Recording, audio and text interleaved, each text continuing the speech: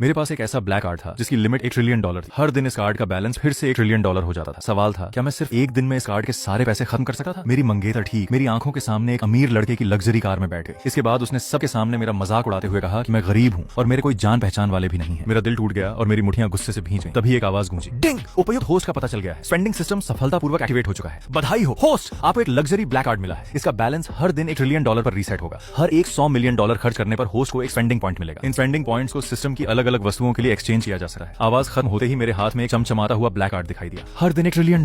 मैंने हैरानी से उस कार्ड को देखा। दुनिया के सबसे अमीर आदमी के पास आखिर कितने पैसे होंगे? वह भी एक दिन में $1 ट्रिलियन खर्च नहीं कर सकता, लेकिन अब मैं कर सकता था। इसका मतलब क्या मैं दुनिया के सबसे अमीर आदमी से भी ज्यादा अमीर नहीं हो गया था? ये सोचकर मेरे शरीर का हर रोम उत्साह से भर गया। मैंने फिर अपनी मंगेतर की तरफ देखा जो अब भी घमंड से हंस रही थी। मैं भी हंस पड़ा। अब मुझे किसी बात का अफसोस नहीं था और न ही मैं खुद को रोकने वाला था। तुमने मुझे धोखा दिया, ठीक है, तो अब मैं तुम्हारी सबसे अच्छी दोस्त को ही अपने पीछे लगा लूंगा। हाथ में ब्लैक कार्ड लेकर मैं उस छोटी सी लड़की की तरफ बढ़ा जो दूर खड़ी होकर ये पूरा तमाशा देख रही थी। उसका नाम वांग जियाओ था। वह लियू रुयन की सबसे अच्छी दोस्त थी और डोंगडा यूनिवर्सिटी की 5 कैंपस ब्यूटीज में से एक। मैं उसके पास पहुंचता उससे पहले ही मैंने उसे वीचैट पर $1 लाख ट्रांसफर कर दिया। साथ में एक मैसेज भी भेजा, मुझे पता है कि तुम्हारा भाई अस्पताल में है, उसके इलाज के $1 लाख का खर्च मैं उठाऊंगा। आज मेरा मूड थोड़ा खराब है, मेरा साथ दो। इसके बाद मैं वांग जियाओ के पास चला गया। अपनी मंगेतर लियू रुयन के ठीक सामने मैंने वांग जियाओ से पूछा, क्या तुम आज पूरा दिन मेरे साथ बिताओगी? मेरे इतना कहते ही वहां मौजूद पूरी भीड़ शांत हो गई, लेकिन अगले ही पल हर तरफ फुसफुसाहट शुरू हो गई। ये क्या कर रहा है? कहीं ये वांग जियाओ को पटाने की कोशिश तो नहीं कर रहा? क्या ये पागल हो गया है? डोंगडा में हर कोई जानता है कि वांग जियाओ कितनी पसंद नापसंद वाली लड़की है। उसने तो एक बार कसम खाई थी कि वह किसी अमीर आदमी से ही शादी करेगी। वह डोंगडा की सबसे मशहूर गोल्ड डिगर है और इसे लगता है कि ये उसे हासिल कर सकता है। क्या मजाक है? लियू रुयन ये सब देख रही थी और उसने मजाक उड़ाते हुए हंसी छोड़ी। उसकी आंखों में साफ तौर पर मेरे लिए तिरस्कार दिखाई दे रहा था। वह पहले से ही कल्पना कर सकती थी कि वांग जियाओ किस तरह मुझे सबके सामने बेइज्जत करेगी। उसके चेहरे पर एक घमंडी मुस्कान फैल गई। उसे खुशी थी कि उसने इस गरीब और बेकार आदमी को समय रहते छोड़ दिया था। वहां मौजूद भीड़ भी तमाशा देखने के लिए उत्साहित थी। सभी इंतजार कर रहे थे कि मैं कब खुद को शर्मिंदा करवाता हूं, लेकिन अगले ही पल कुछ ऐसा हुआ जिसने वहां मौजूद हर किसी को हैरान कर दिया। वांग जियाओ ने अपना फोन देखा और उसके चेहरे पर एक चमकदार मुस्कान आ गई। उसका प्यारा सा गोल चेहरा शर्म से लाल पड़ गया और उसने सिर हिलाकर हाँ कर दिया। ऐसा लगा जैसे पूरी भीड़ के सिर पर एक साथ हथौड़ा मार दिया गया हो। सभी लोग फटी आंखों और खुले मुंह से उसे देखने लगे। किसी को भी अपनी आंखों पर विश्वास नहीं हो रहा था। नहीं हो सकता, क्या मैं सही देख रहा हूँ? उसने हाँ कह दी। इसने सच में वांग जियाओ के साथ डेट फिक्स कर ली। लियू रुयन भी सदमे में उसे घूरती रह गई। वांग जियाओ उसकी सबसे अच्छी दोस्त थी और डोंगडा की मशहूर गोल्ड डिगर भी, लेकिन उसने अपने एक्स बॉयफ्रेंड के साथ बाहर जाने के लिए हाँ कर दी थी। यह लियू रुयन के चेहरे पर पड़े एक जोरदार तमाचे जैसा था। उसका चेहरा गुस्से से लाल हो गया। वांग जियाओ! लियू रुयन गुस्से से चिल्लाई। तभी उसे एहसास हुआ कि वांग जियाओ मेरे साथ वहां से जा चुकी थी। उसे लियू रुयन की बिल्कुल भी परवाह।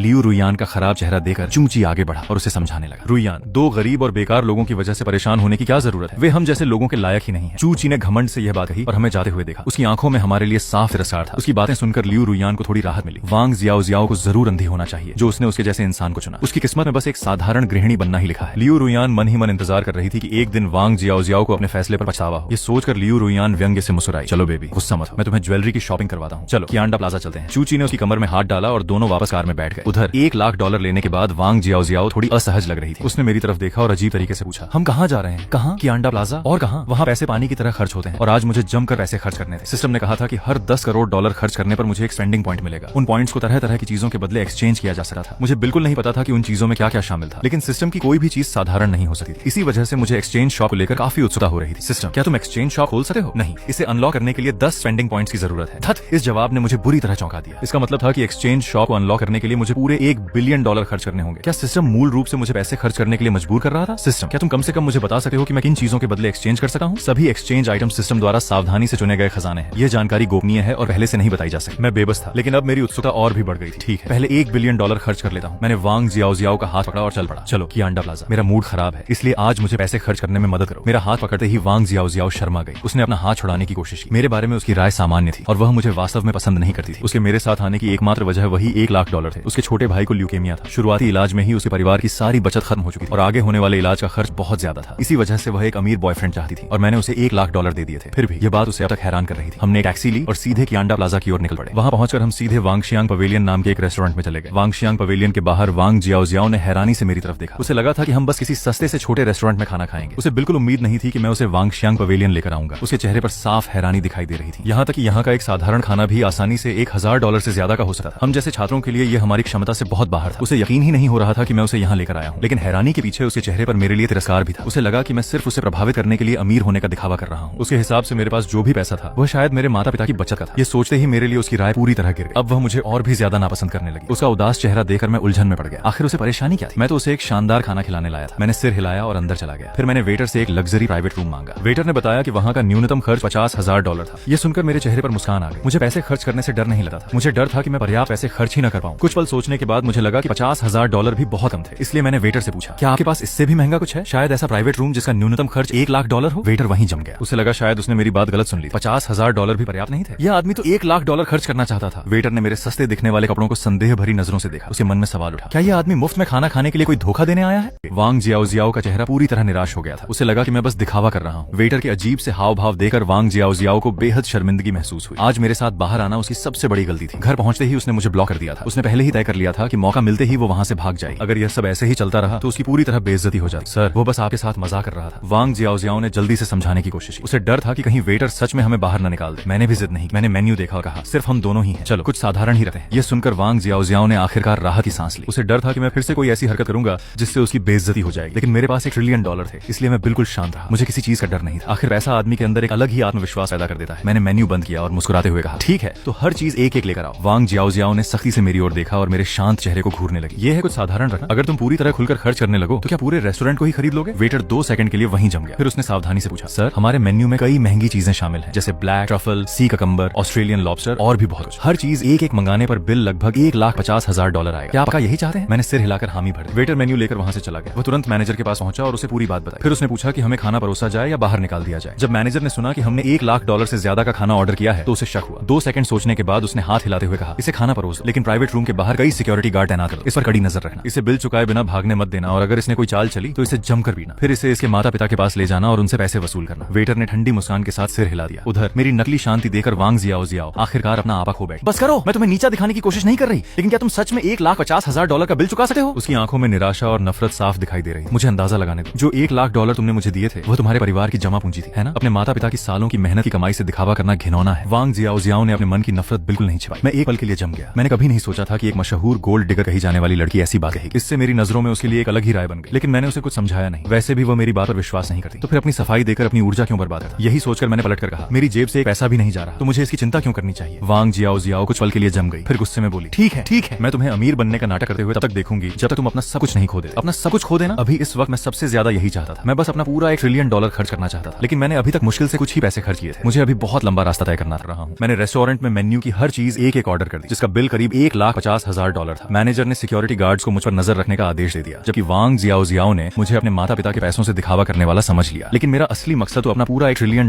खर्च करना था। तभी आगे खाना जल्द ही हमारी टेबल पर परोस दिया गया। मुझे मानना पड़ा कि वैंगशियांग पैविलियन की हर डिश बहुत ही सावधानी से बनाई गई थी। खाने का स्वाद कमाल का था और उसकी सजावट भी देखने लायक थी। देखते ही देखते पूरी टेबल तरह तरह की डिश से भर गई। मैंने ऐसे खाना शुरू कर दिया जैसे कल का कोई भरोसा ही न हो। मैं धीरे धीरे हर स्वाद का आनंद ले रहा था जो मेरे मुंह में फैल रहा था। जैसे ही वह स्वाद मेरी सारी इंद्रियों पर छा गया, मुझे बेहद आनंद महसूस हुआ। लेकिन मेरे उलट वांग जियाओ चिंता भरे चेहरे के साथ खाना खा रही थी। उसे डर था कि अगर हम बिल नहीं चुका पाए तो हमें बर्तन धोने के लिए मजबूर किया जा सकता है, या इससे भी बुरा हमारे माता पिता के सामने ले जाया जा सकता है। तब तो उसकी सच में बेइज्जती हो जाती। जब भी वह इस बारे में सोचती, वह मुझे गुस्से से देखने लगी। सबसे बुरा हुआ तो वह मेरे दिए हुए $1,00,000 से बिल चुकाने की कोशिश करती, लेकिन फिर भी हम $50,000 कम पड़ जाते। हमें देखते हुए वेटर को अपने अनुमान पर और भी यकीन हो गया। ये दोनों निश्चित रूप से मुफ्त में खाना खाने के लिए धोखाधड़ी करने आए थे, इसलिए वह मेरे ऊपर और भी ज्यादा नजर रखने लगा। मैंने आधा सी ककम्बर एक ही बार में निगल लिया और लापरवाही से पूछा, तो खाना अच्छा है? वांग जियाओ ने बिना ध्यान दिए सिर हिला दिया। फिर उसने सहजता से जवाब दिया, ठीक है, लेकिन उन 2 शब्दों में भी ऐसा लग रहा था जैसे वह रोने वाली हो। साफ था कि उसे डर था कि कहीं उसका सबसे बुरा डर सच न हो जाए। तभी मेरी अगली बात सुनकर उसका छोटा सा दिल लगभग रुक ही गया। अगर तुम्हें पसंद है तो अब से यही हमारी कैफेटेरिया होगी। उसकी आंखें हैरानी से पूरी तरह फैल गईं। वो गुस्से में कुछ कहने ही वाली थी कि मैंने कहा, वेटर बिल ले आओ। बिल? वेटर की आवाज अचानक 300 ऊपर चली गई। वो तो पहले ही इस बात के लिए तैयार था कि हम मुफ्त में खाना खाने की कोशिश करेंगे, लेकिन अब मैं पैसे देने की बात कर रहा था। वेटर पूरी तरह स्तब्ध रह गया। चीजें उस तरह नहीं हो रही थी जैसा उसने सोचा था। क्या मुझे खाने या सर्विस की शिकायत नहीं करनी चाहिए थी, या फिर खाने में बाल या सील वूल मिलने का बहाना बनाकर पैसे देने से बचना नहीं चाहिए था? मैं आखिर बिल क्यों मांग रहा था? रुको, मैं क्या सोच रहा हूँ, ये आदमी तो पैसे देना चाहता है। वेटर अचानक अपनी सोच से बाहर आया और उसने तुरंत मुझे वो बिल पकड़ा दिया जो उसने पहले ही प्रिंट करवा रखा था। उसके चेहरे से सारा तिरस्कार गायब हो गया और उसकी जगह चापलूसी भरी मुस्कान आ गई। सर, आपका कुल बिल $1,69,000 है। हमने छोटे मोटे बदलाव पहले ही माफ कर दिए हैं। ठीक है, कार्ड से पेमेंट कर दो। मैंने अपना ब्लैक कार्ड निकाल लिया। पेमेंट हो जाने के बाद भी वांग जियाओ वहीं जमी रह गई। उसे यकीन ही नहीं हो रहा था कि मैंने सच में एक ही खाने पर $1,60,000 खर्च कर दिए थे। वांग जियाओ ने खुद को जोर से चुटकी काटी। उसकी बाह में उठे दर्द ने साबित कर दिया कि ये कोई सपना नहीं था। उसने सच में $1,60,000 का खाना खाया था। इस एहसास के बाद उसका दिमाग पूरी तरह सुन्न पड़ गया। पूरे खाने के दौरान वह सिर्फ चिंता करती रही थी और उसने खाने का स्वाद ठीक से नहीं लिया था। $1,60,000 का खाना। इस रकम के बारे में सोचकर उसका मन खुद को थप्पड़ मारने का करने लगा। मैंने शांत भाव से मुस्कुराते हुए वेटर से कहा, अपने बॉस को बुलाओ, मैं इस रेस्टोरेंट को खरीदने के बारे में बात करना चाहता हूँ।